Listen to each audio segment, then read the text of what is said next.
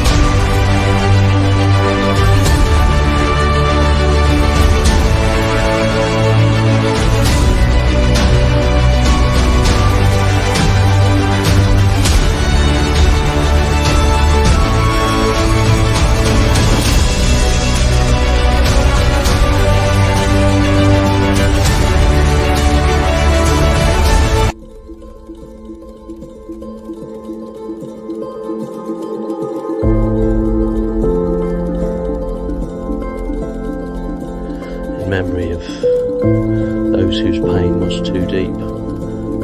We gather here our promises to keep, a safe space where sport will always thrive. No judgments here, only love will survive. Those we've lost, their absence we mourn. Miss they are, their memory we hold dear. Together we stand, breaking stigma's chains, the media's influence we shall not allow. In this safe space, we rise above the disavowed, a united front, a society that cares, supporting one another, bearing our shares.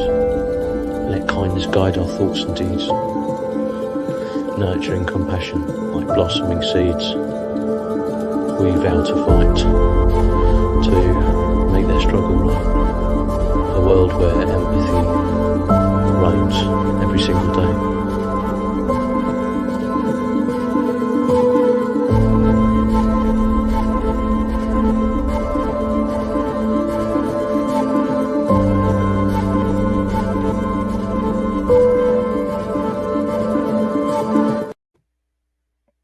Evening, good morning, good afternoon, wherever you are in the world. Welcome to the Safe Space Between Us. I'm your host, Kieran, and we have a lovely guest, Brittany Storyi, today. Brittany, how are you today? I'm doing great. How are you? I'm brilliant, thank you. So, Brittany, welcome to the Safe Space. Today's all about you. So, before we start with your story, just tell us a little bit about where you're from and a little bit about yourself.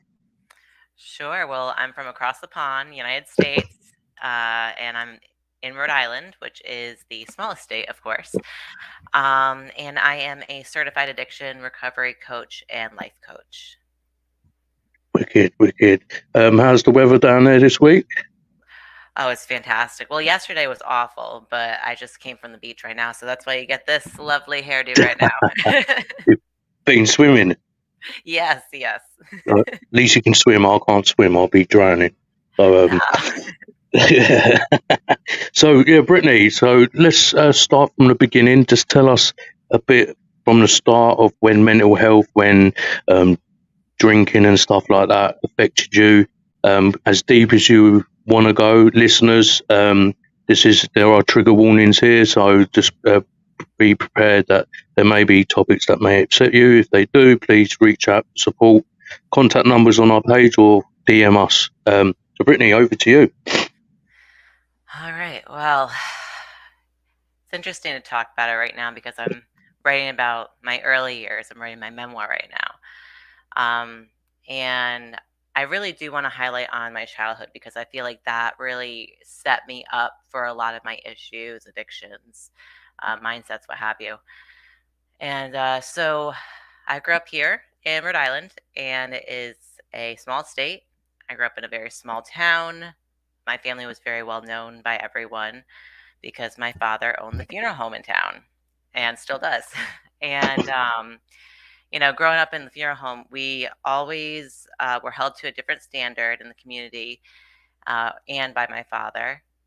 And I always saw how people were remembered when they passed on. And that became something I thought about from the age of 4, 5, very, very young, heavy feelings from a young age. And I always wanted to be remembered as perfect.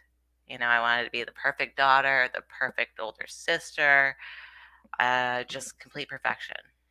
Yeah, And that was a very real mindset as a kid.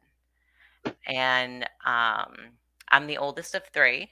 I have a younger sister, younger brother.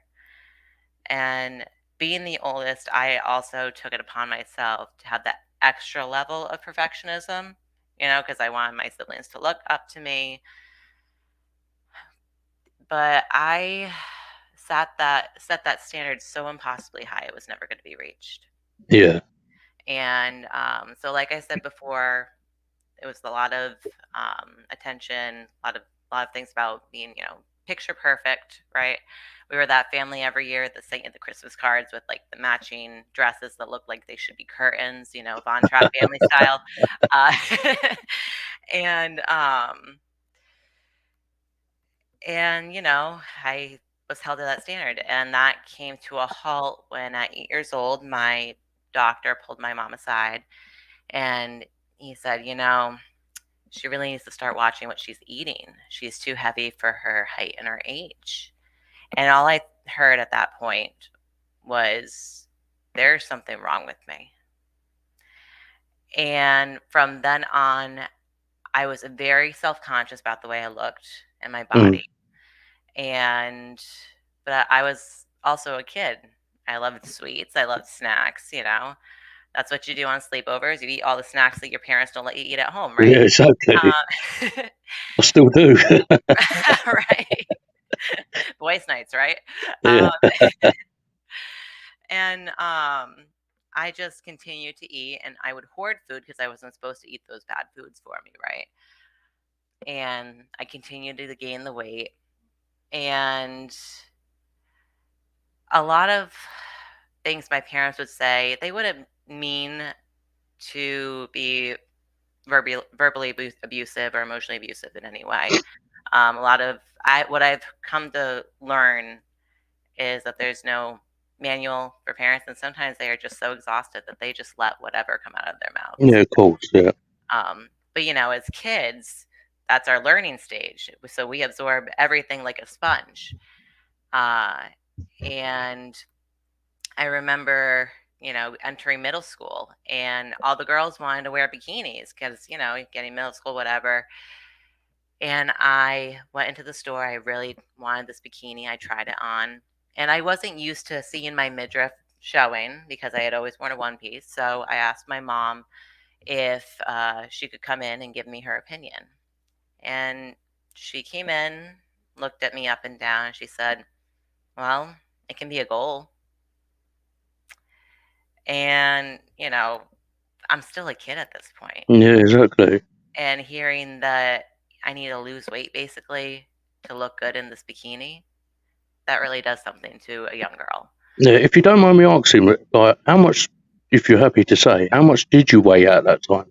Oh, I can't remember 10, 12, whatever, but I can remember 8 years old was 85 pounds. And What's then, that? What, 85 pounds? oh, you guys do kilos over there. I'm gonna Google. I'm gonna Google at the same time. It's just I'm trying to get a picture, like not of you, like just to see why I think it's people about would say half. this. 85 pound. Anyone who's live, feel free to help out. 85 pound. I believe that's 42 kilos or something like that. Okay, so yeah, 6 stone. So it's I don't. Okay, I'm just going to say my opinion here. 6 stone at 12. Did you say 12? I know 8 at that point. So it Oh, was a 8. little heavy. Usually kids around that are like, I'm gonna say pounds again, but I guess it was 10 kilos last night. I don't know. And so, and I never actually wore that bikini. It just stayed in my drawer. I was too ashamed. And, that self hatred grew and grew and grew. And I remember looking in the mirror that night and I was just so disgusted with myself. So from that point on, whenever I would undress, I would actually not look in the mirror. I would turn away from the mirror, hop in the shower.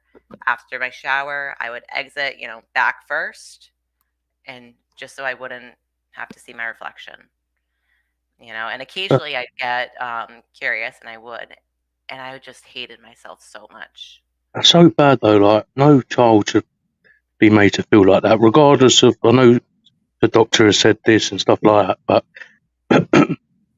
to put that in your mind, any child, I think, would go through so much insecurity. I think even us adults now, like me, I've just looked at myself in this camera and I've still got makeup on from what my daughter's done today, and now I'm feeling a bit insecure because this is life. I've just seen it. Like I don't know if you can see under my eyes. I think it looks great. Thank you. No, but if you say to someone now, like someone said to me, "Oh, Kieran, you're putting on a bit of weight," I'll still take it personal, and I guarantee that evening I'll probably look in the mirror and think, "Oh, you know what?" So, Right. It's a very touchy subject, especially, hearing that from your parent. So, I'm really sorry you went through that. well, my mom had her own issues, Yeah, cool. and so that self-hatred grew and grew, and I never felt like I was a normal kid. I never felt like I thought like other kids. Other kids seemed to be like laughing, having fun. I was always a very like heavy feeling kid. Mhm. Probably has to do with growing up in a funeral home. Maybe. It could be. And I went to my mom one day because I couldn't concentrate. I had a very hard time focusing in school, especially in subjects like mathematics where you would need your attention span for a longer amount of time. And that's really when my grades started to tank. And I'm like, and I heard people talking about ADHD. Back then there was ADD too. It wasn't included in Yeah. both. And I went up to her. I'm like, "Mom, I think I have ADD." And she's like, "You don't have ADD. You have LAS, lazy ass syndrome." Fuck's sake. So I grew up thinking I was this lazy, fat piece of you know what, and like that's what I thought of myself. Mm. And I don't even think my mom even remembers saying that, but she did. And so what happens with undiagnosed ADHD, especially as women, because boys, it's very apparent, like they're jittery, they don't stop talking, they can't stop moving. With girls, it's more internal, it's more Yeah. cognitive kind of stuff. And so in turn, I developed depression very, very early. No, of course. And I continued to eat to comfort myself in that depression. And the thing with overeating, you can't hide it. Eventually, it shows up. And that continued all the way through high school. And I was also a very overdeveloped young woman too. That didn't help my self-esteem either, like overdeveloped. And one day I couldn't take it anymore. And so I cut myself all up and down my arms. And I wasn't really a cutter, but I heard it could relieve pain. Yeah. Not from a healthy source, of course, but that's what I heard. So I did it. And it was all up and down. Nothing deep enough that would be life-threatening, but I did it. Cried myself to sleep, woke up, washed myself off, covered myself up, and went to school. And someone saw a few of the cuts around my wrists, because my sleeve must have rode up a little bit. And they told the guidance counselor. Guidance counselor reported it to my parents. And my mom picked me up early, of course. I get in the car. She whirls her head around and is like, "So where'd you cut yourself?" And she looked angry. And, as an adult now, I know that was probably fear. But as a kid, all I saw was anger. Yeah, of course. And she actually took me to see my dad, and I couldn't get any words out. I couldn't speak because I couldn't talk without crying. So I took out my notebook because they wouldn't let up. Took out my notebook and I started writing. And we passed it back and forth, and that's how we communicated. And I had always been able to communicate better through writing. I was big into poetry, and I just connected with literature a lot more than public speaking.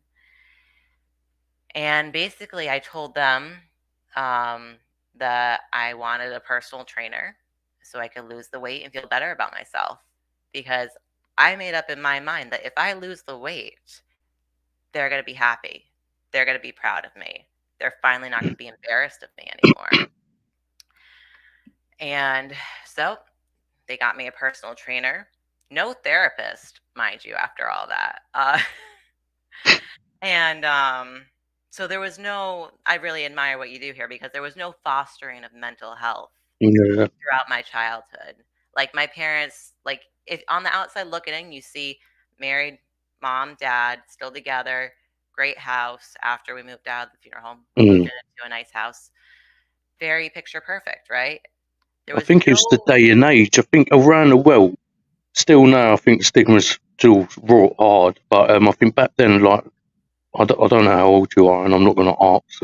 I've already been in trouble today for asking how old the lady is. So I won't ask twice. I'm 30, I don't mind. There you go. I hinted. But so I'm a similar age, a bit older. But so I think it's similar. Like my parents, I've cut myself before, and I done it for attention and because of what happened when I was told, and I just wanted someone to ask me, am I okay, for me to blurt out what's wrong?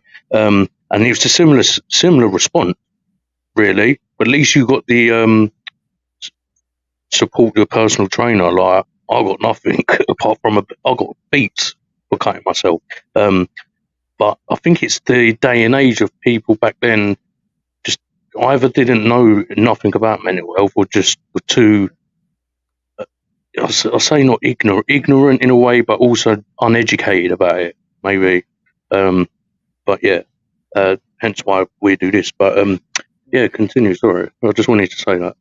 Yeah. So at this point, I was my heaviest. I was 16, and I weighed. I'm going to try to do kilos. It's got to be around 100 kilos, because it was close to 200 pounds, and that was my heaviest.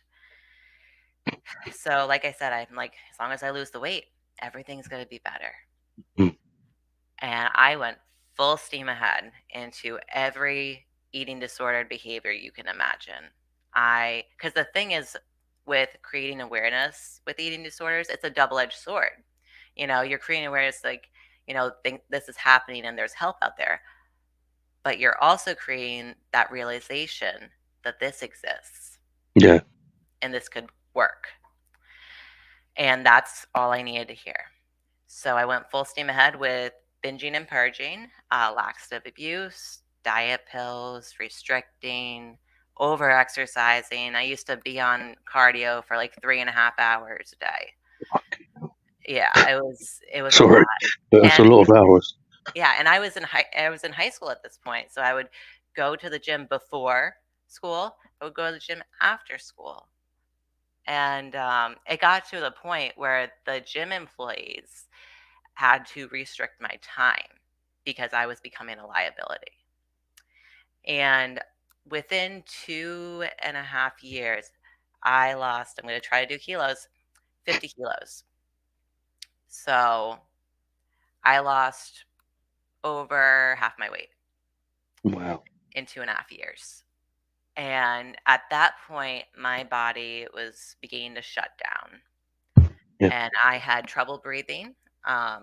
My heart was getting weaker, so my circulation was awful. Mm. And what happened was my limbs would fall asleep uh, just by sitting down. The simplest things, because my heart was getting weaker and weaker by the day. And finally, I told my parents, like, I can't, because I was in college at this point. I'm like, I can't do it. I was failing my classes. I could not keep up because that cognitive ability was gone. There was no fat going to my brain anymore to nourish it. So I dropped out of college and I came home, and I was like doing lip service at that point. Like, oh yeah, I'm going to get better. I'm going to see my therapist, nutritionist, whatever. I saw those people. I didn't do anything that they told me to do because in my head, I wanted that control. And they don't know what I've been through, so why should I listen to them? Yeah. And that lasted until, let me see, February 2012. And I was sitting down one day, I was eating my big bowl of lettuce and like this tiniest bit of cottage cheese on top. And I was watching the Dr. Oz show, which is a daytime talk show. It was a daytime talk show over here back then. And I would just watch it to keep my mind busy. And I wanted to see something that he said. So I went to his website, and in the right corner, it basically told people to write about their experience with eating disorders. And here I am, 19 years old, not thinking anything of this. Just start typing. And I completely forgot about it. And then a couple days later, I get this call from the producer. They're like, yeah, so we want you on the show. We really like what you wrote. And I'm like, huh. And I was fully convinced it was a scam until I got the itinerary in my email. I was like, oh, I'm going to be on national television. Shit. Uh, and I'm like, okay, here we go.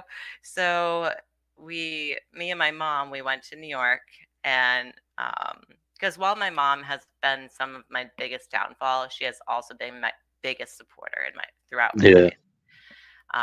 I'm basically telling you guys all the bad stuff. There was good stuff in between. No, of course. Yeah. And, so we got there. I was on the show with 3 other women, 2 of which were on death's doorstep, about 35 kilos each, as grown women.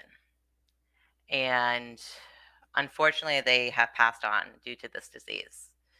And they were really beautiful people. Mm. And so it was interesting because I was very comfortable on camera because I was lying. I was lying how well I was doing. I don't have a problem, all this other stuff. I was in such denial. And at the end of the show, uh, they offered us all a full ride scholarship to treatment. And I'm like, oh no. And because I didn't even know what that looked like. Yeah. And all I knew was my control was going to be taken away, and I didn't want that. So everyone said yes, yes, yes. I'm like, no, I'm good. Brittany. That's me. That's me. Yeah, I'm a 19-year-old Brittany. the rebel. And so I said no to Dr. Oz on national television. And then a couple weeks went by, and I was right back to my habits and binging, purging. And one day I was purging and I threw up blood.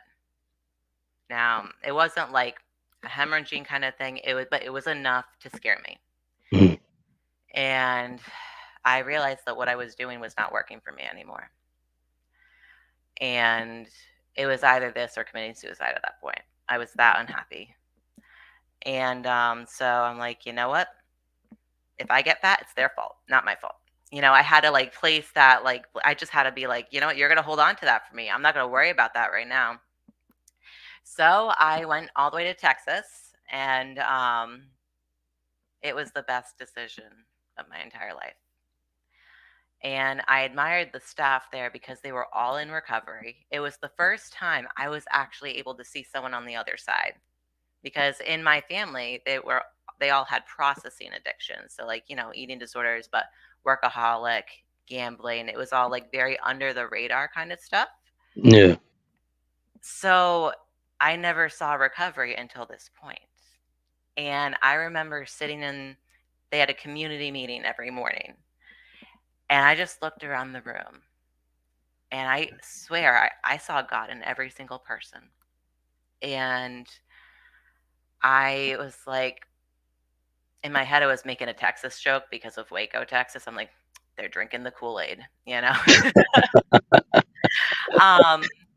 But anyway, so I stayed there for over 100 days, moved out into Abilene, then went back for a refresh.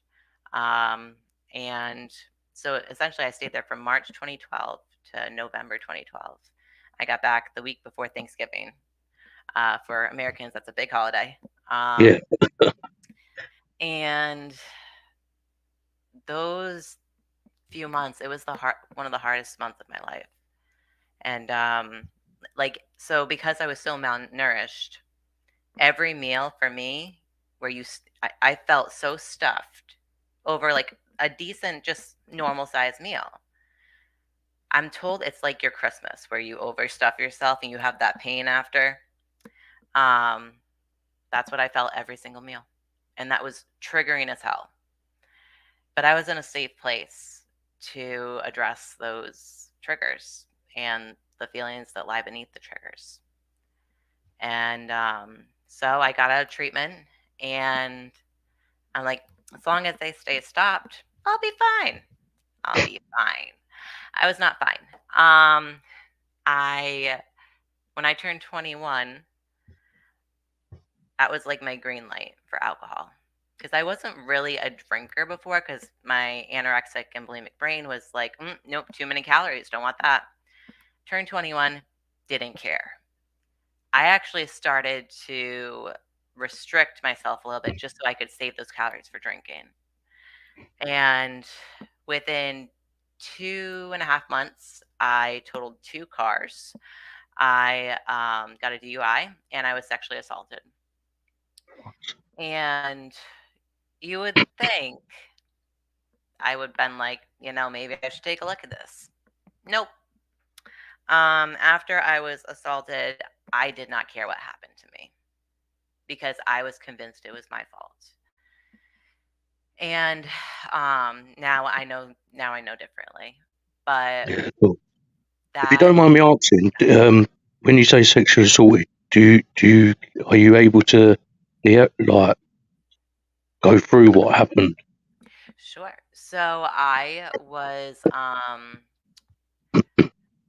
this was after my DUI, so I couldn't drive, and I asked this person for a ride home, and he's like, "Why don't we stop at this local bar before we go home?" I'm like, "Okay, whatever." I didn't know this guy very well, but I didn't want to ask my parents for help because I just got a DUI and they were really pissed off at me. So we stop at the bar. I don't remember finishing my first drink. And I woke up the next morning in his bed with bruises all over my body. And I basically was in shock. I Yeah, cool. I didn't like yell at him. I didn't defend myself. I just basically said, "Can you please take me home?" And I broke down at home. So sorry. So sorry. And Angers me. I was also dating someone at the time. And the day I woke up with all those bruises was him and I's anniversary. So here I am thinking like almost like I cheated, even though logically I didn't, but I still Mhm. had like that feeling, that gross feeling. And we were going away to celebrate that anniversary. And we did what adults do on anniversaries. And I had to not let myself cry during that time. That was one of the most traumatic memories I have. No, I'm sorry that it's brought up memories for me, Ox. I'm really sorry. Yeah, I'm sorry you went through that. No lady, no one should go through that. And they're sick in the fucking head. My French gets me angry. Yeah.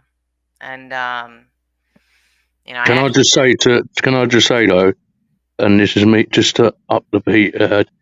the mood a little bit. You are a very beautiful lady and Oh, inspiring already. So I just want to say that before you continue. thank you. I appreciate that. So I didn't care what happened to me after that. I felt so much shame and I just drank and drank and drank. And then to keep drinking, I also introduced cocaine into my lifestyle. And basically just so I could keep on drinking.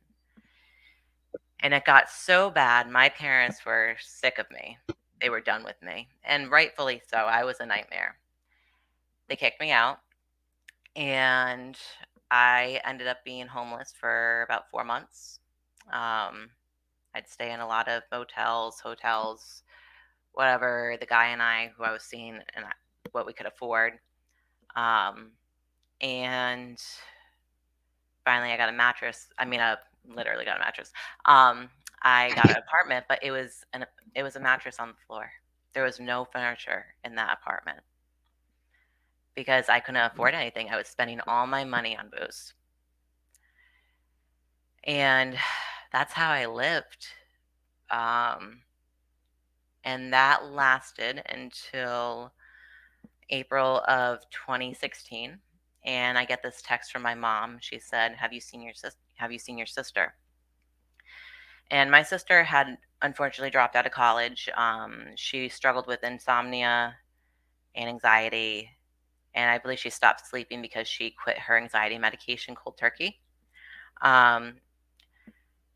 So I had a feeling what was about to be discovered. They found her 5 days later, and she had shot herself. She was 21. So sorry. Yeah, Oh, sure. yeah. And I stopped drinking for a couple weeks to help plan the funeral and just be there for my parents. And so my feelings, my grief, was totally out of the question. I had to hold on to theirs because that's what enmeshed children do with their parents. And that was just a horrible time for my family. And after a couple weeks, I went back to drinking. But when I went back, it was not the same because it's almost like my body developed an allergy, which is very strange because I was a very well seasoned alcoholic at this point.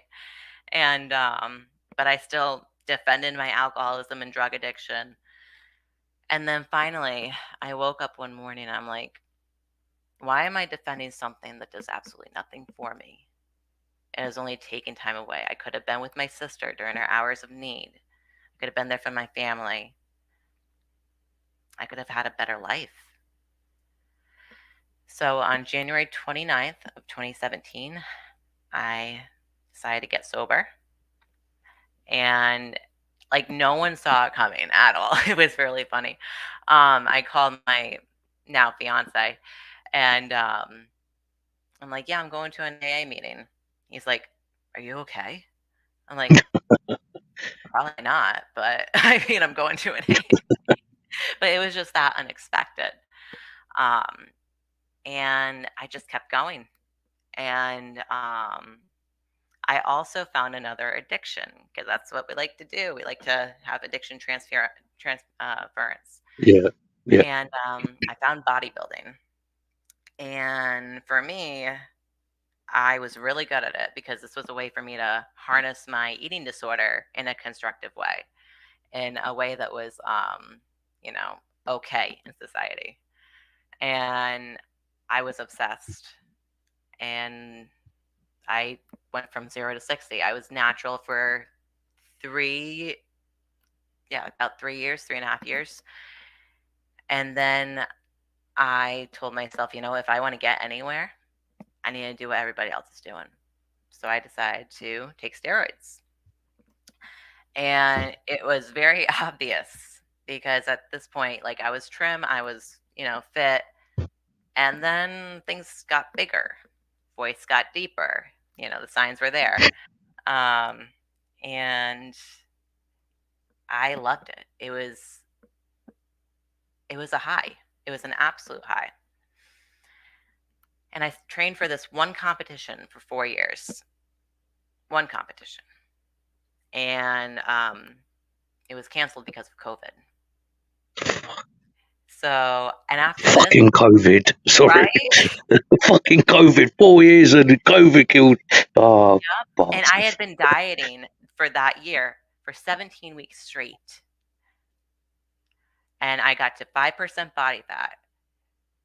And they canceled it 2 weeks before. fuck. And my whole world came crashing down because I placed my entire self-worth Yeah, in of course. and I went through an identity crisis. And I'm like, you know what? I'm just gonna eat. Because at this point it was kind of like a necessity because I was so depleted. Mm. But what happened, and any bodybuilder knows this, what happens is you have this carnal frenzy that is activated. And for me, I just kept on eating and eating and eating. And within 6 months, I gained 25 kilos. And it was like waking up to my worst nightmare all over again, every single day. And I tried to control it, and I just couldn't. And I'm not going to get into all the crazy behaviors I used to do because there's just too many. But that lasted for a couple years, and I even went back to treatment, and the same treatment center I went to. And then I got out, and I'm like, okay, as long as I stay stopped, I'm gonna be fine. Nope, I didn't get it through my thick skull. I needed to do the work. I needed to work on what's inside instead of trying to get all these external validations. And also, my stomach was so stretched out from the binging because I binged. I could probably eat what 3 people could eat. That's how bad it got.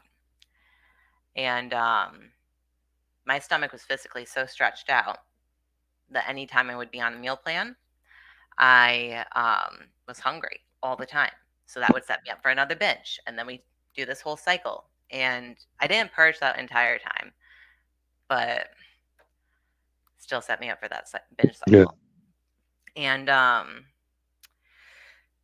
I kind of had a breakdown.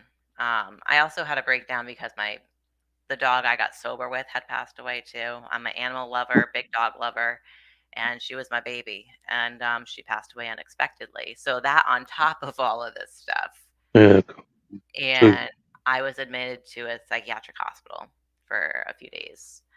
Um, and it was really more about medication regulation because I do have bipolar disorder. Um, but I got out of there and I'm like, you know what? I need to do whatever it takes. So I looked into the gastric sleeve surgery, and which is a bariatric surgery. And I didn't really qualify. I've never been morbidly obese in my life, but I had got just about where I was when I was 16. And for me, like that self hatred, I was willing to do anything. And I found a low BMI study in New Jersey, which is about 4 hours away from here, 4 hours. Um, Barely qualified. And to qualify for those surgeries, you have to have a series of appointments. So for the entire summer last year, I had to stay at that because I barely qualified. So I was so uncomfortable. I had like the worst summer of my life. And I got the surgery, and even my fiance was like, you know what, if this doesn't work, I don't know if we're gonna make it. And that hurt. That really hurt. Because we had been together at that point for 6.5 years. mm, And I'm like, I need to make this work. So I got the surgery, and but I wanted that surgery so bad. I got abstinent 2 weeks before. So I just want to clarify, my abstinence is not because of my surgery. yeah. Surgery was a tool to help my abstinence. And I just followed what the doctors told me, and the weight just started to come off, and the real me started to come through. And the healthier I got mentally, the more I noticed the toxicity around me. And I was working for my dad at the funeral home, and um, there was some things that I did not agree with, and I'll leave it at that. And my dad is also a narcissist. So that conditioning growing up, like I didn't even know. I thought that was normal. I thought it was normal, you know, for them to have that attention, for me to feel bad constantly, like it was always my fault. There's a whole slew of other signs, but people can Google that later. And my stress got so intense that my body started to react. I lost half this eyebrow from alopecia, and it doesn't run in my family. And the doctor said it is a direct result of stress.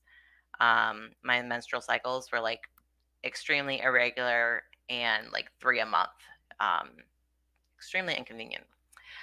Migraines, constant chronic fatigue, just like a whole slew of symptoms, as well as I was forgetful, like more than usual.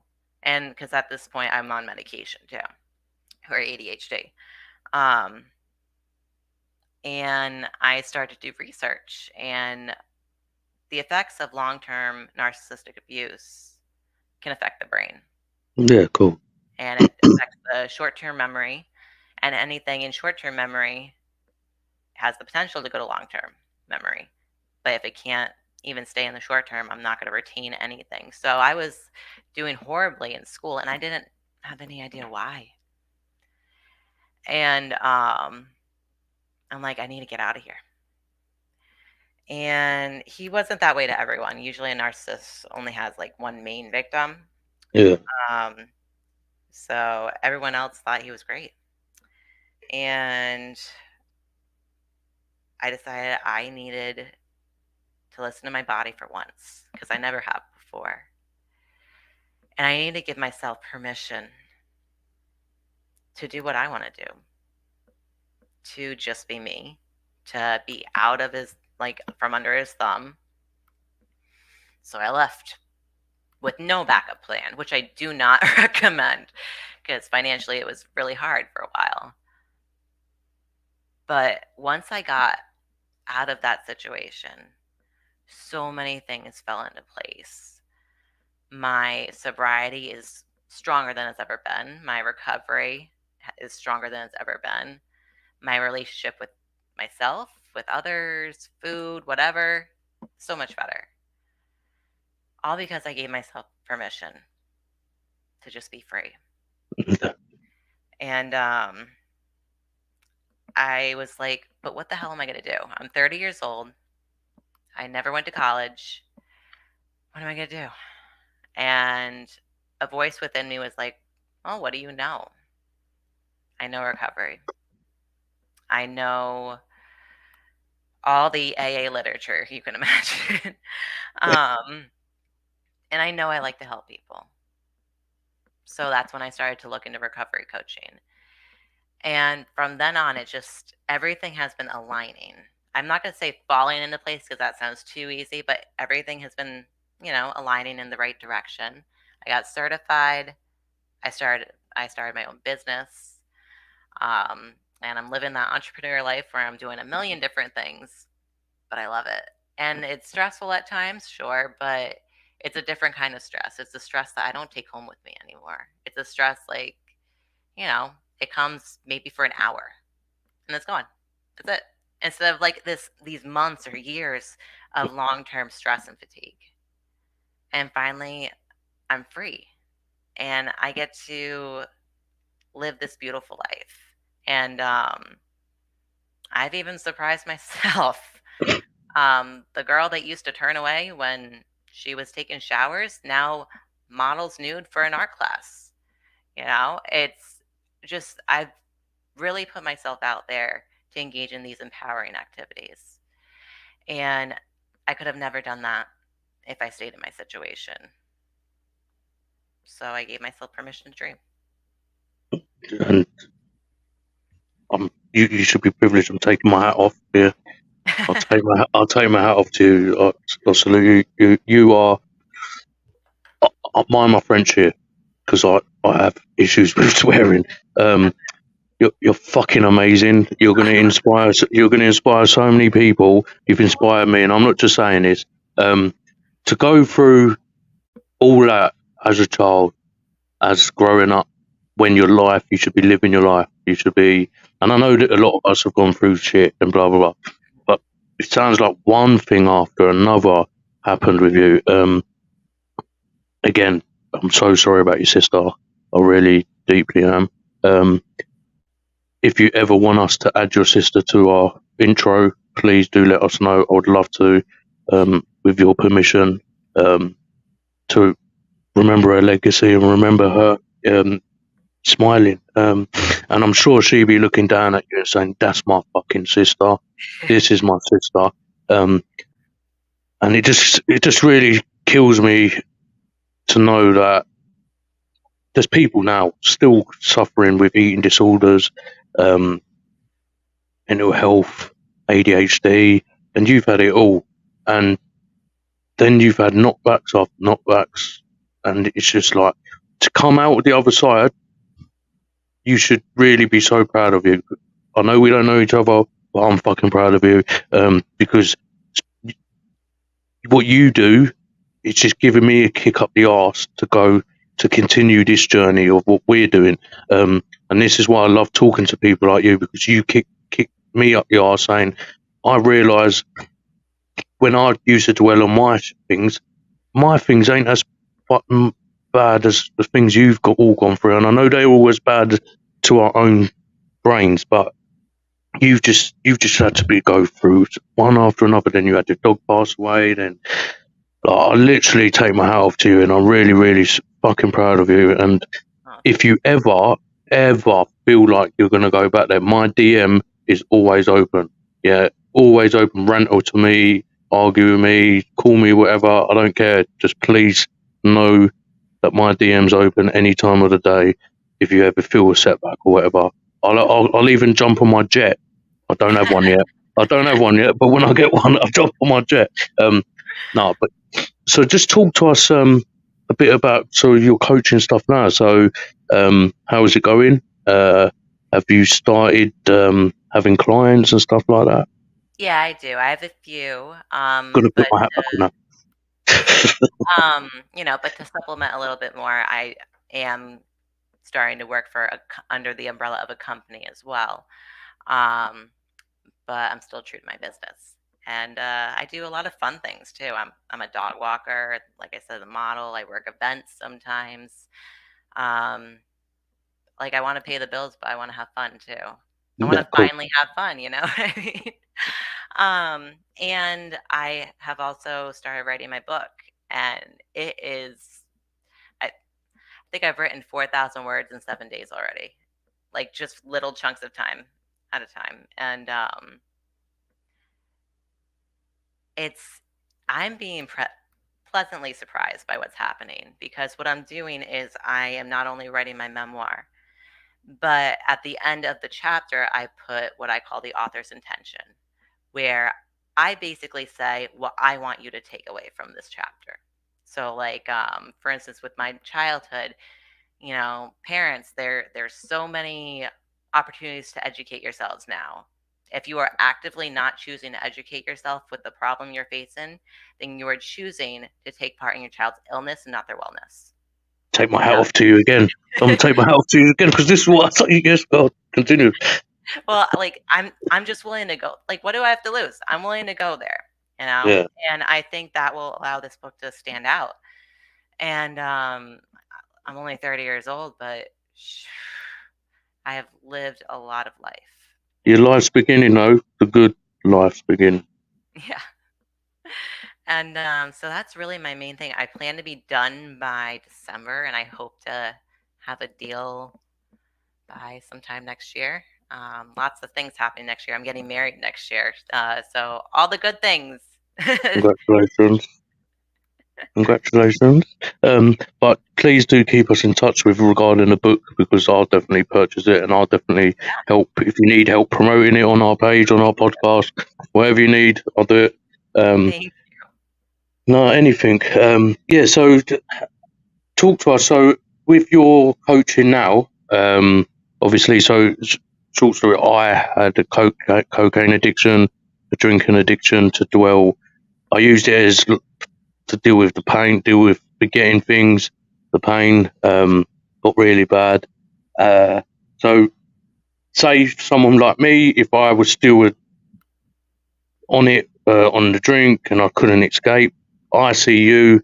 How would it work for me to work with you?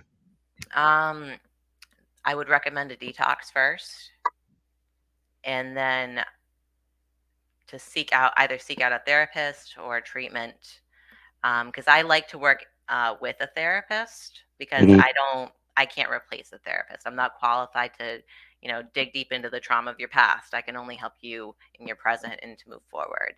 And what I love to do is I challenge all those limiting beliefs that we carry with us from our past. So, like, I'm not enough, I'm not smart enough, blah, blah, blah.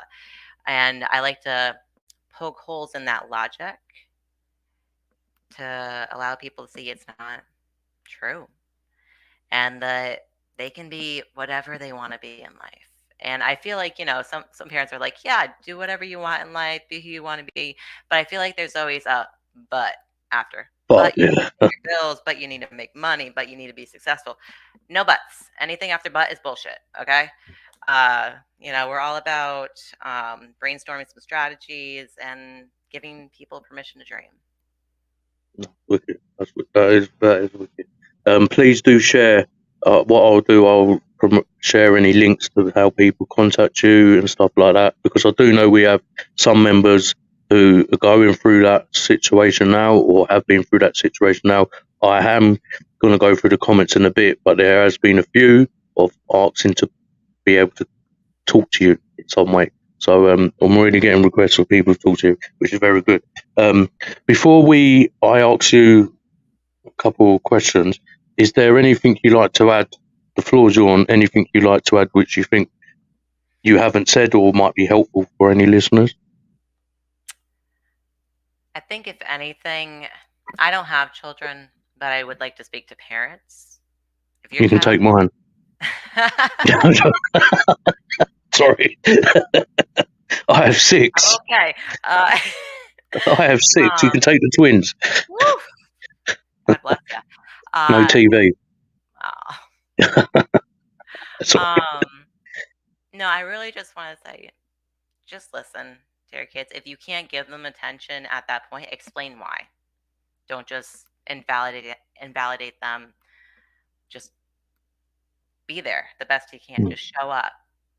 And if you're not available to show up, let them know. If you're tired, they probably can see that you're tired. Just be honest with them. And I think we need to stop minimizing kids speaking up, because then they're going to grow up into adults that won't speak up either. And then we have this whole cycle of generational trauma that can be prevented, but it just takes one person to break that cycle. Exactly, and thank you for that, because of I'm going to make a guy Lee, who helps with this as well.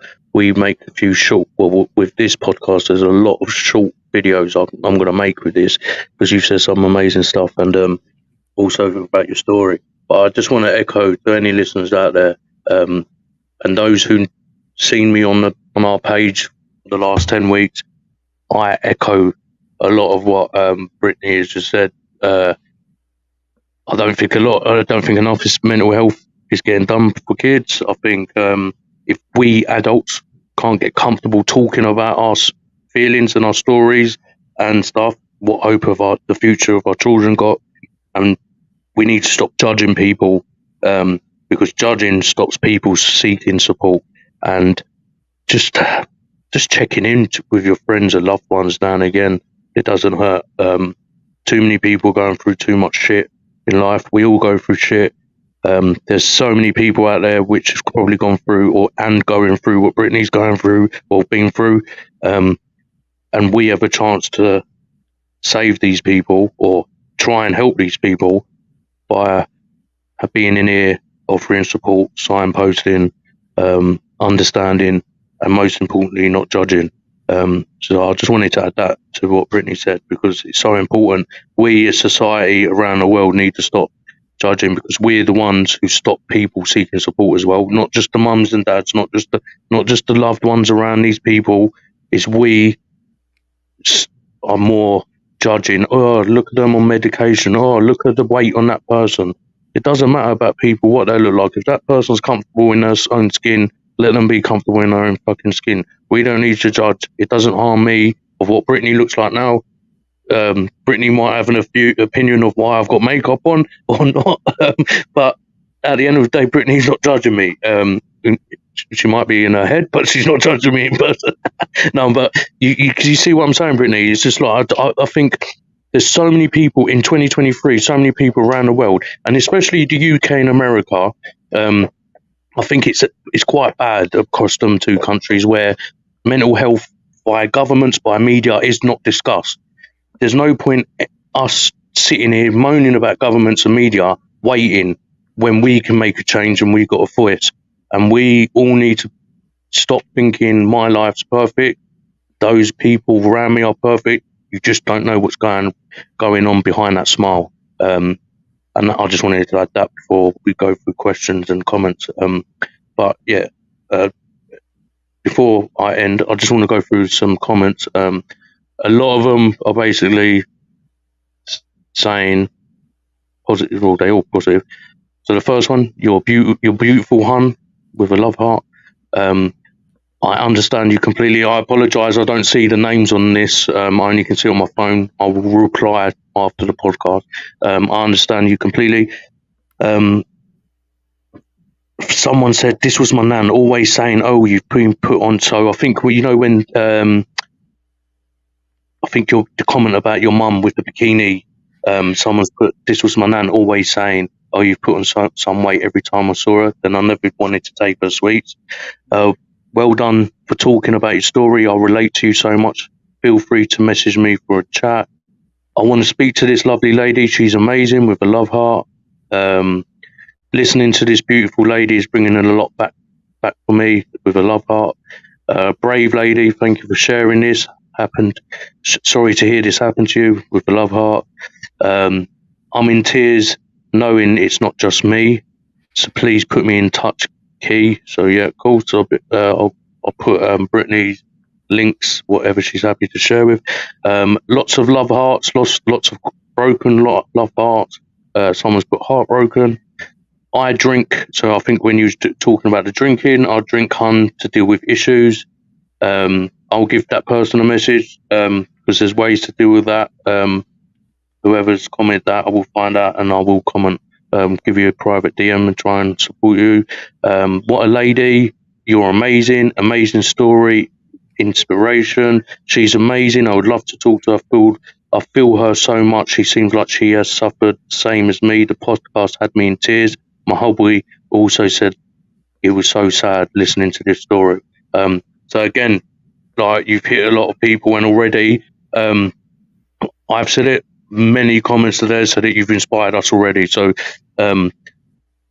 already people asking to talk to you, which is already showing that you coming on these podcasts, Brittany, because I know you've been on a couple, but you speaking, telling your story, it's going to save someone. It's going to save someone's life. It's going to save someone to get support. It's going to help someone say, you know what, fuck this. I'm going to do what Brittany's finally done, blah, blah, blah. So I know I've said it, and I know I sound like a broken record. You're a beautiful lady inside out. Your story's amazing. And how you've turned it around, hats off to you. If there's anything ever we can do here for you, and I hope to get big, I hope to get global and stuff like that, but there's anything, anytime, any day, just message me, message the team, literally anything, please. If you ever feel like something goes on in your life and you feel like having setbacks, please do message me. I will find a way to just I'll jump on my magic carpet if I have to do. I'll do whatever to come and help you. No, but seriously, I want to say thank you from the bottom of my heart for coming on and sharing this story. And again, please do think, if you're happy for me to add your sister and your dog, add your sister and your dog onto that intro, because I do want it to grow. I do want it to go worldwide, and I believe sharing those people, sadly not with us, committed suicide or ill health, I do believe we should celebrate the happy smiles of their faces instead of keep commenting that they committed suicide and stuff like that. But yeah, again, thank you. Is there anything you'd want to ask me or ask questions, or the floor is yours? And the last thing, if there is someone going through what you're going through, what would your last message be to them as well?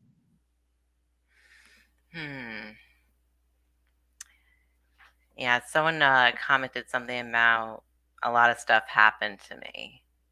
And yeah, a lot of sad stuff did happen to me. But when I chose to put the oxygen mask on myself first, that's when my life started to happen for me. So for anyone that's struggling, I'll give Kieran all my links, even my number. It's +1 because it's the US. Yep. Feel free to text me anytime, WhatsApp, whatever you want to do. I'm here. Thank you so much. And I just don't know what to say apart from you're amazing. You're fucking amazing, and I hope you do know how amazing you are and how beautiful you are inside and out, and how proud we are at a safe space between us. And I know this sounds like a cliche, but a safe space between us is your space as well. It's not just I don't think you even follow us, do you? Have I not yet? I'm deleting this podcast now. No, I don't think you did, because I did want to tag you, but I'll send you the link anyway. It's fine. But I'll send you a link. But I just want to say again, anytime, any place, any day, just message me. If I'm ever, when my jet arrives for a safe space between us, I will come and pick you up, and we'll pick up all my guests, and we're going to the Maldives. That is my mission. One day, when all my guests I've had, 40 plus so far, we will celebrate together. And I'd love to keep in contact with you and check in with you. If I ever get too much by saying, hey, how are you? just tell me to F off. It's fine. I encourage it. Yeah. But again, thank you so much, and I want to say thank you again because you're making people speak out already. People messaging, commenting, and that's what it's all about. And again, anytime, and don't forget me. Someone said, don't forget me. I'm going Maldives. No, you're not. No, but from me and from all the listeners and all the volunteers at Safe Space Between Us, I want to say thank you so much. On that note, ladies and gents, I want to say thank you. Those who comment in, I will reply. I will send you Brittany's information and how to speak to her, how to contact her. And if any of you want to get on the podcast, please DM me. We want more members to come on to tell their story. You will save someone's life. You will get someone to get support, and you will feel better about yourself. Brittany, just on that, when you first told your story, how did it feel like a lot of weight off your shoulders? When I first told my story? Obviously nervous the first time. I mean, the first couple of times. I think on a podcast. Oh, on a podcast. I had been doing it so much in previous years with AA. But the cool thing now is it has a happy ending. Whereas in previous years, I don't believe it did. So Yeah. It's really cool to see things come full circle. No, thank you. And on that note, the last question, we do ask all the people what they think about Safe Space Between Us and your views. I hope people like yourself, I don't know if you get what we're doing, get the message what we're doing, and I hope you felt comfortable and not judged here as well. I just want to make that. I appreciate that. Thank you. All right, thank you so much. And on that note, guys, anyone needs to seek support, please do check the contact numbers on the top of the page under the top. If not, my DM, our email is always open, just down here, somewhere down here. And thank you so much for watching. I've been your host, Kieran. That's been an amazing guest, Brittany. And you've been watching the Safe Space Between Us. Good night. I'll be back, Brittany, later.